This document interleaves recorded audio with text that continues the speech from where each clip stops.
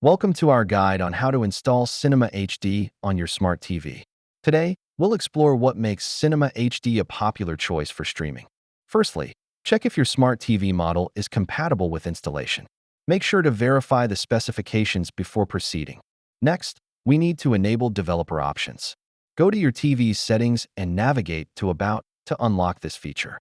Now, download a file manager app from the official App Store. This will help us install the Cinema HD APK later. Access the Cinema HD APK from a reliable source. Ensure you're downloading it from a site known for its credibility. Open the file manager and locate the downloaded APK. Follow the prompt to install Cinema HD onto your smart TV. Once installed, launch Cinema HD and configure your initial settings to tailor it to your preferences. If you encounter any issues during the installation, don't worry. Check your internet connection and ensure all settings are correct.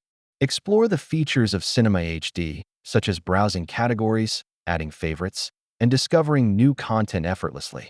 In conclusion, Cinema HD is a fantastic streaming option. Remember to regularly check for updates to enhance your viewing experience.